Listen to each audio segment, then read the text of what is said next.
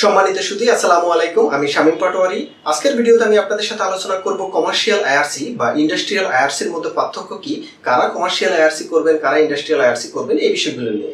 আপনারা যারা আইআরসি করতে চাচ্ছেন অর্থাৎ বিদেশ থেকে পণ্য আমদানি করতে চাচ্ছেন তাদের জন্য কিন্তু এই বিষয়টি খুবই গুরুত্বপূর্ণ। তারা আমাদের কাছে জানতে চায় যে আমি কি কমার্শিয়াল আইআরসি করব না ইন্ডাস্ট্রিয়াল আইআরসি করব, কমার্শিয়াল আইআরসি করলে আমি কি সুবিধা পাবো বা ইন্ডাস্ট্রিয়াল আইআরসি করলে আমি কি সুবিধা পাবো ইত্যাদি বিষয়গুলো নিয়ে সবসময় কিন্তু আপনাদের প্রশ্ন থাকে। তো আজকের ভিডিওতে আমি চেষ্টা করব কমার্শিয়াল আইআরসি কাদের জন্য করণীয় এবং ইন্ডাস্ট্রিয়াল আইআরসি কাদের জন্য করণীয় উত্তম, এই বিষয়গুলো নিয়ে আলোচনা করার চেষ্টা করব। তো প্রথমে বলে নেই কারা কমার্শিয়াল আইআরসি করবেন বা কমার্শিয়াল আইআরসির উদ্দেশ্যটি কি। কমার্শিয়াল আইআরসি তাদেরকেই করতে হবে যারা বিদেশ থেকে একটি পণ্য আমদানি করে ঠিক ওইভাবেই পণ্যটি বাংলাদেশের বাজারে বিক্রি করবেন। মনে করুন আপনি বিদেশ থেকে কি করলেন, ক্যামেরা নিয়ে আসলেন, সনি ক্যামেরা নিয়ে আসলেন। তো এই ক্যামেরাটি তো আপনি বাংলাদেশে এনে আবার এটাতে প্রসেস করবেন না বা ভ্যালু অ্যাড করবেন না বা আপনি এটার কোনো মৌলিক পার্থক্য বা মৌলিক কোনো কিছু পরিবর্তন করবেন না। তো আপনি যেরকম আছে ঠিক একইভাবে বাংলাদেশে শুধু নিয়ে এসে বাংলাদেশে আবার বিক্রি করে দিবেন। এটাই হচ্ছে কমার্শিয়াল আইআরসির উদ্দেশ্য। অর্থাৎ বিদেশ থেকে যে পণ্য যেভাবে আসে সেভাবেই বাংলাদেশের মার্কেটে বিক্রি করবেন, তাদের জন্য হচ্ছে কমার্শিয়াল আইআরসি। আমি আবারও বলছি, মনে করুন আপনি একটি মোবাইল ফোন বিদেশ থেকে নিয়ে এসে চাচ্ছেন বাংলাদেশের মার্কেটে বিক্রি করবেন।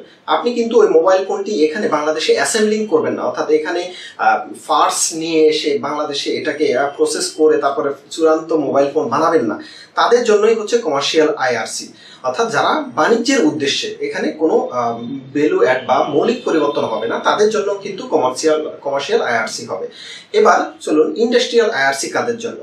ইন্ডাস্ট্রিয়াল আইআরসি কথার মধ্যে কিন্তু এক ধরনের উত্তর থাকে যে ইন্ডাস্ট্রি যারা করবে, অর্থাৎ বিদেশ থেকে পণ্য নিয়ে আসবে বা কাঁচামাল নিয়ে আসবে বা পার্টস নিয়ে আসবে, এগুলোকে বাংলাদেশে এনে প্রসেস করবে বা অ্যাসেম্বলিং করবে। অ্যাসেম্বলিং করার পরে ফাইনাল প্রোডাক্ট করে তারপরে আবার বাংলাদেশের মার্কেটে বিক্রি করবে, তাদের জন্য হচ্ছে ইন্ডাস্ট্রিয়াল আইআরসি।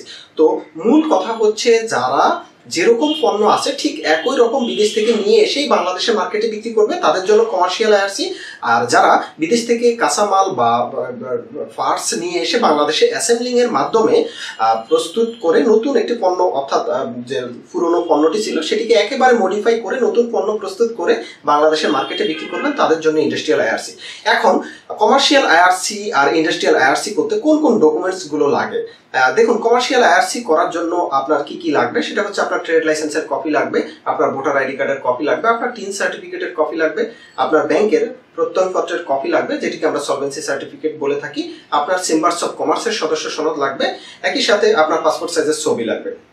এগুলো কিন্তু কমার্শিয়াল আইআরসির জন্য লাগবে।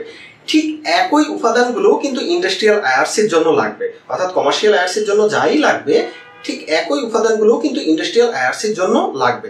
শুধুমাত্র ইন্ডাস্ট্রিয়াল আইআরসির জন্য আরও কিছু ডকুমেন্টস আপনাকে দিতে হবে। ইন্ডাস্ট্রিয়াল আইআরসির জন্য আপনাকে কি দিতে হবে, এডিশনালি আপনাকে বিডার পারমিশন লাগতে পারে, বিডার লাইসেন্স, বাংলাদেশ ইনভেস্টমেন্ট ডেভেলপমেন্ট অথরিটির অনুমোদন লাগতে পারে, লাইসেন্স লাগতে পারে। বা যারা বস্ত্র বা এই গার্মেন্টসের সাথে জড়িত তাদের জন্য কিন্তু বস্ত্র অধিদপ্তরের একটা অনুমোদন লাগে। অর্থাৎ বস্ত্র রিলেটেড যারা না তাদের জন্য বিডার লাইসেন্স, আর যারা এই বস্ত্র ওরিয়েন্টেড অর্থাৎ গার্মেন্টস বা এই জাতীয় যারা আছে তাদের জন্য বস্ত্র অধিদপ্তরের লাইসেন্স লাগবে। একই সাথে আপনার যেহেতু ইন্ডাস্ট্রিয়াল আইআরসি করতে যাচ্ছেন, আপনার অবশ্যই ফ্যাক্টরি আছে, ফ্যাক্টরির জন্য আপনার ফ্যাক্টরি লাইসেন্স করতে হবে। একই সাথে আপনার ফায়ার লাইসেন্স লাগবে। আবার কিছু কিছু ফ্যাক্টরি আছে যাদের জন্য পরিবেশের ছাড়পত্র কিন্তু লাগে। একই সাথে আপনার দেখা যাচ্ছে যে আরো এডিশনালি অনেক কাগজপত্র লাগে, কিন্তু মৌলিক এই কয়টাই, আপনার বিডার লাইসেন্স লাগবে, আপনার ফায়ার লাইসেন্স লাগবে, আপনার পরিবেশের ছাড়পত্র লাগবে, আপনার ফ্যাক্টরি লাইসেন্স লাগবে। আর ওই যেগুলো কমার্শিয়াল আইআরসির জন্য বলেছি সেম কাগজপত্রগুলো কিন্তু এখানে লাগবে। তো এই হচ্ছে মৌলিক পার্থক্য।